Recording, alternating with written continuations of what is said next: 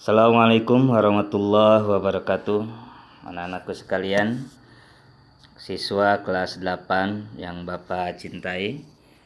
Alhamdulillah, di kesempatan kali ini kita masih diberikan nikmat sehat oleh Allah, nikmat iman oleh Allah, sehingga kita masih bisa melakukan aktivitas dan juga taklif yang disyariatkan oleh Allah Subhanahu wa taala.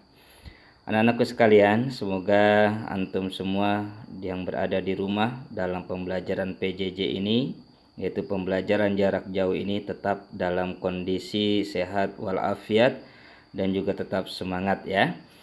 Baik anak-anak sekalian, kita akan melanjutkan pembelajaran masih di bab 1 tentang hidup hemat ya. Jadi hidup hemat ini masih bagian judul dari rendah hati, hemat, dan sederhana.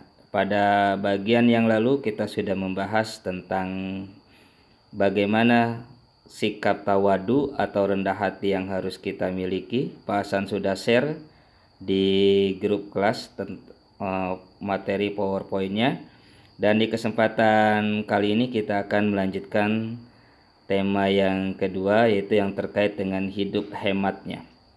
Anak-anak sekalian, kalau kita berbicara tentang hidup hemat dan sederhana, ini adalah bagian dari sikap seorang muslim yang memang harus dimiliki.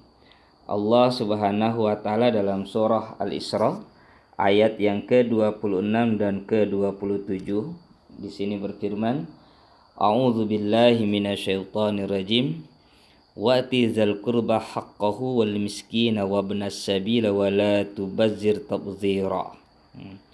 Dan berikanlah kepada keluarga-keluarga yang dekat akan haknya kepada orang miskin dan orang yang dalam perjalanan, dan janganlah kamu menghambur-hamburkan harta. Innal mubazzirina, sini ya. Innal mubazzirina, sesungguhnya orang-orang yang mubazir, mereka itu adalah ikhwanas syayatin, saudara-saudaranya syaitan. Wa kana syaitanu lirabbihi kafura, dan adapun syaitan itu adalah sangat ingkar kepada Tuhannya. Nah, anak-anakku sekalian, lalu kita mengamati ayat ini bahwa Allah Subhanahu wa taala jelas mengajarkan bagaimana pola hidup hemat bagi seorang muslim. Kita lihat penjelasannya.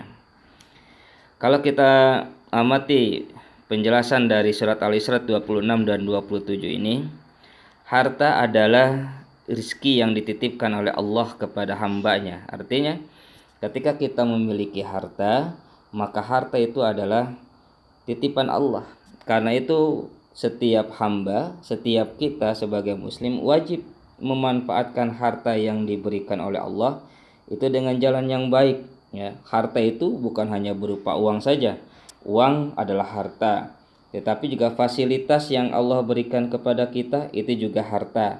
Nah, karenanya setiap harta apapun bentuknya, kendaraankah, uangkah, fasilitas-fasilitas seperti handphone, pakaian dan lain sebagainya, itu harus kita manfaatkan sesuai dengan jalan yang baik. Jangan kita manfaatkan dengan sesuatu yang buruk ya. Dan kalau kita mendapatkan oleh Allah kelebihan harta, maka manfaatkan harta yang lebih tadi dengan mensodakohkan kepada mereka yang memerlukan.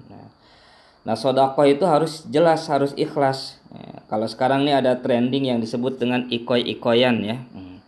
Nah, trending ikoy-ikoyan ini juga harus kita amati sesuai gak dengan prinsip ajaran Islam. Karena dalam ajaran Islam ketika kita memberi, ya, itu kita memberi ikhlas ya, tidak menuntut ada banyak follower yang ikut di IG kita atau di Facebook kita atau lain sebagainya. Karena ketika kita memberi di jalan Allah dengan cara yang ikhlas, maka Allah akan membalasnya dengan balasan yang berlimpah. Jadi itu cara hidup hemat. Nah, kenapa berinfak, bersedekah itu disebut dengan hemat? Dalam prinsip Islam, bersedekah itu bukan membuang uang. Tetapi dalam prinsip Islam, artinya ketika kita bersedekah memberikan kepada orang lain, berarti kita sedang menyimpan harta kita di jalan Allah, dan Allah akan mengembalikan harta tersebut ketika nanti di surga. Selain sedekah, hidup hemat juga bisa kita lakukan dengan tidak menghambur-hamburkan harta dengan cara berpoya-poya atau berpesta, ya. Hanya untuk mencari kesenangan, karena menghamburkan harta, memboroskan pada jalan yang tidak semestinya, termasuk perbuatan mubazir. Jadi kalau kita hanya misalnya nih teman-teman, ada acara ulang tahun, ya, itu kan suka dirayakan dengan cara melempar telur, ya, menghamburkan terigu. Nah, itu bagian dari mubazir, dan sikap mubazir yang seperti itu adalah perbuatan setan. Selanjutnya, untuk itu setiap muslim hendaklah mampu memanfaatkan hartanya secara hemat dan sederhana. Hemat secara bahasa artinya berhati-hati dalam membelanjakan uang, tidak boros, sedangkan sederhana artinya bersahaja dan tidak berlebihan. Jadi seorang muslim tidak boleh melampaui batas ketika dia memiliki harta yang berlebih. Selanjutnya, lalu kita amati hadis-hadis Nabi. Kalau tadi ayat Quran, ya, dalil nakli itu dalil yang berdasarkan Al-Quran dan hadis. Nah, sekarang hadisnya. Nah, dalam hadis-hadis Rasulullah SAW mengatakan bahwasannya, kata Rasulullah, kul washrab walbas watasaddaq fi ghairi sarafin wala makhilatin. Ya, makan, minum, berpakaian dan bersedekahlah kamu dengan tanpa berlebihan dan sikap sombong. Nah, artinya apa? Kalau Rasulullah menginginkan kalau kita makan, harus makan makanan yang sederhana, jangan sampai berlebih-lebihan, jangan sampai kita buang-buang sisa makanan. Karena itu dalam hadis yang lain dituntut ketika kita makan itu harus dihabiskan. Seandainya masih ada sisa, bukan di piring, ya, sisa di jari kita pun, kata Rasulullah, harus dijilati. Ya. Minum juga harus, ya, bersahaja, tidak boleh berlebihan, apalagi minum sedikit buang, minum sedikit buang. Berpakaian, bersedekah dan lain sebagainya. Berpakaian juga harus bersahaja, jangan sampai menimbulkan hal-hal yang negatif dalam pikiran orang lain. Yang penting sesuai syar'i, rapih dan sopan, ya. Begitupun dengan bersedekah dan lain sebagainya.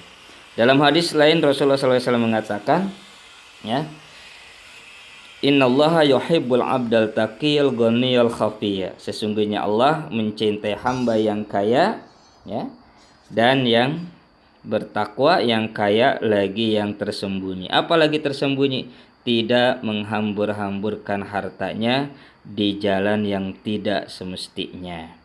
Baik anak-anakku sekalian, ini tema yang terkait dengan hidup hemat di dalam kesempatan ini yang bisa Pak Hasan sampaikan.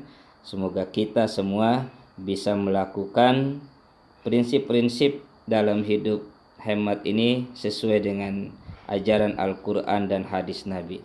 Demikian, alafu minkum. Assalamualaikum warahmatullahi wabarakatuh.